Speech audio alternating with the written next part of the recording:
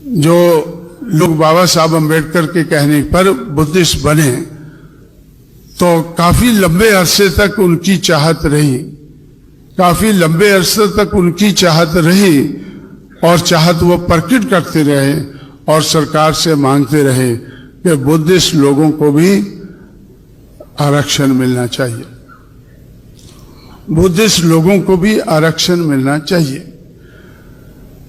अब मैं समझता हूं कि मेरे हिसाब से यह हमारी डिमांड सही नहीं थी, मेरे हिसाब से ये डिमांड सही नहीं थी। लेकिन फिर भी मैं जो रियलिटी को देखता हूं, पूना में जब मैंने वामसेफ नाम के संगठन को बनाना शुरू किया, एक मिस्टर खापड़े जो नागपुर के रहने वाले थे, वो मेरे साथी थे, तो उनके लड़के को स्कूल में दाखिल कराने के लिए वो खापड़े ले गया और हमारे साथ जो बुद्धिस्ट सोसाइटी का प्रेसिडेंट था पूना का, वो भी हमारे साथ था। जब खापड़े ने उधर लिखाया कि भाई वो क्या कौन है कैसे है, तो उन्होंने कहा कि बुद्धिस्ट है। तो बुद्धिस्ट सोसाइटी ऑफ इंडिया का प्रेसिडेंट वो कहने लगा कि खापड़े तुम पागल हो गए हो, अपने लड़के की जिंदगी क्यों खराब कर रहे हो, अपने लड़के की जिंदगी क्यों खराब कर रहे हो। मैं बुद्धिस्ट सोसाइटी ऑफ इंडिया का पूना का मैं प्रेसिडेंट हूं, मेरा लड़का स्कूल में माहर है, मैंने उसको माहर हिंदू लिखाया है, मेरा लड़का हिंदू हरिजन है, क्योंकि जब वो बड़ा होगा तो उसको आरक्षण चाहिए। अगर रिकॉर्ड में उसका बुद्धिस्ट होगा तो आरक्षण मिलेगा नहीं। तो मैं सुनकर बड़ा दंग रह गया कि जो बुद्धिस्ट सोसाइटी चलाने वाले लोग हैं वो सोचते हैं कि 20 साल के बाद मेरे लड़के को हिंदू हरिजन रहना है, अगर वो हिंदू हरिजन होगा तभी उसको आरक्षण मिलेगा। ये तो बड़ी लंबी तैयारी कर रहे हैं, ये तो बड़ी लंबी तैयारी कर रहे हैं कि मेरा हाथ ऐसे है, मेरे लड़के का भी ऐसा रहना चाहिए। लेकिन मैंने मायावती को मुख्यमंत्री बनाकर जापान, कोरिया,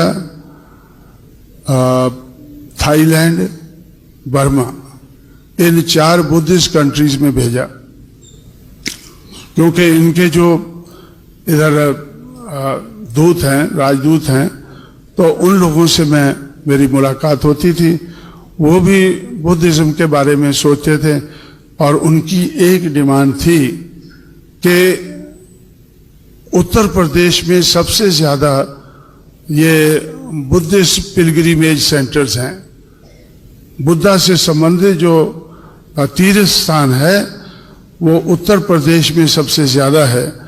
तो हाँ, लेकिन उत्तर प्रदेश में तो हमारे पास पैसा तो है लेकिन समय कम है, तो हमें बहुत समय लग जाता है तीर्थ स्थान को जाने में। तो मैंने उनसे पूछा कि भाई आप उधर से उनसे लोगों से पता करके आओ, बातचीत करो और बातचीत करके असेस करने की कोशिश करो कि वो हमसे क्या चाहते हैं, जो बुद्धिस्ट पिलग्रिमेज सेंटर में आना चाहते हैं वो क्या चाहते हैं। तो उनकी मुख्य डिमांड थी कि बाई एयर हम वहां हर तीर्थ स्थान पर जाना चाहते हैं। जहाज तो छोटे मोटे मिल जाते हैं, चार्टर्ड जहाज मिल जाते हैं, लेकिन जहाज कहां हम उतारें, सड़क पे उतार नहीं सकते हैं।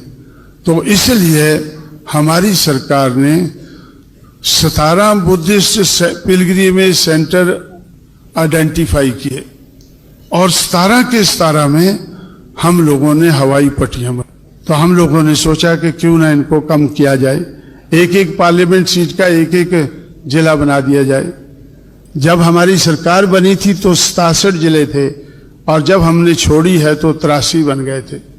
17 जिले हमने 17 हवाई पट्टियां बनाई और 17 जिले भी बनाए और 5 जिले 5 महापुरुषों के नाम पर बनाए अंबेडकर नगर, फुले नगर, शाहू नगर और रविदास नगर और कबीर नगर, ये जो 5 रिबेल हैं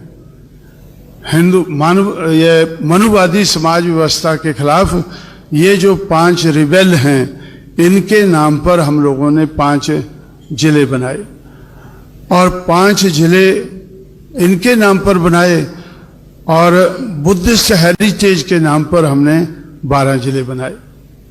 जैसे अलीगढ़ की को तोड़कर अलीगढ़ और महामाया नगर बनाया और कौसम्बी हमने इलाहाबाद की 3 सीटों में से 1 सीट को निकालकर एक जिले का नाम कौसम्बी रखा। और जहां बुद्धा बरसात के मौसम में जाकर रुका करते थे तो वो भी एक बड़ा तीर्थ स्थान है, तो उधर भी हमने हवाई पट्टी भी बनाई और उधर उसको जिला भी बनाया। इस तरह से हम लोगों ने तो इस बात को समझकर कि बुद्ध धर्म, जब हम मानवतावाद की बात करते हैं तो हमारा ध्यान मानवतावाद की जब तरफ जाता है तो बुद्धा की तरफ भी हमारा ध्यान जाता है। तो इसलिए तो मैंने कई बार सोचा कि बाबा साहब अम्बेडकर को उन्होंने 14 अक्टूबर 1985 को योला की कॉन्फ्रेंस में नासिक डिस्ट्रिक्ट में अनाउंस किया कि मैं हिंदू पैदा तो हो गया हूं लेकिन मरूंगा नहीं। लेकिन हिंदू धर्म छोड़ने के लिए उन्होंने 21 साल लगाए। मैं ये समझता हूं कि 21 साल उन्होंने कोशिश की कि मुझे अकेले को बुद्धिस्ट नहीं बनना है, मेरे अनुयायियों को भी मेरे साथ बुद्धिस्ट बन जाना चाहिए। इसलिए 21 साल का समय उन्होंने लगाया, सिर्फ सोचने के लिए नहीं बल्कि हर प्रकार से तैयारी करने के लिए। लेकिन जो बाबा साहब के साथ बुद्धिस्ट बने, वो बनने के बाद फिर वो कहते हैं कि हमें वही आरक्षण मिलना चाहिए जो हिंदू धर्म में महार लोगों को मिला करता था। तो हम महार जाति बुद्ध धर्म में भी ले जाना चाहते हैं। इससे मैंने सबक सीखा। मुझे ऐसा लगा और आज भी लग रहा है कि इस देश के लिए जो लोग चाहते हैं कि मानवता के आधार पर समाज व्यवस्था बननी चाहिए, तो उसके लिए धर्म अगर कोई सही है तो वो बुद्ध धर्म सही है। लेकिन गलत क्या है? गलत ये है कि बुद्धिस्ट बनने के बाद हमें फिर से हाथ ना फैलाना पड़े, हमें भी कुछ दे दो भाई। हम बुद्धिस्ट तो बन गए हैं, गलती कर गए हैं, लेकिन दे दो कुछ ना कुछ। जब दूसरों को देते हैं तो हमें भी दे दो। तो मेरा लक्ष्य है कि इस देश की जो सबसे ज्यादा पॉपुलेशन है, जिसको हम बहुजन कह सकें, तो 50% से ज्यादा लोगों को बुद्धिस्ट बनना चाहिए। लेकिन बुद्धिस्ट बनने से पहले उनको देने की आदत डालनी चाहिए। उनको बुद्धिस्ट बनने से पहले देने की आदत डालनी चाहिए। लो भाई, हम तो अपना हिस्सा ले गए हैं, हम इस लायक बन गए हैं कि हम अपना हिस्सा ले गए हैं और हम अपना हिस्सा तो ले गए हैं, लेकिन दूसरों को भी देने लायक हम बन गए हैं। अब देने लायक कौन होता है? ये बहुत से लोग मेरी बात को सुनकर तालियां बजाते हैं, लेकिन समझते नहीं बात को कि लेने वाला कौन होता है और देने वाला कौन होता है। लेने वाली प्रजा होती है, प्रजा को कोई अंग होता है, और देने वाला हुक्मरान होता है। हम मांगते किससे है? या तो सेंट्रल गवर्नमेंट से मांगते हैं या स्टेट गवर्नमेंट से मांगते हैं।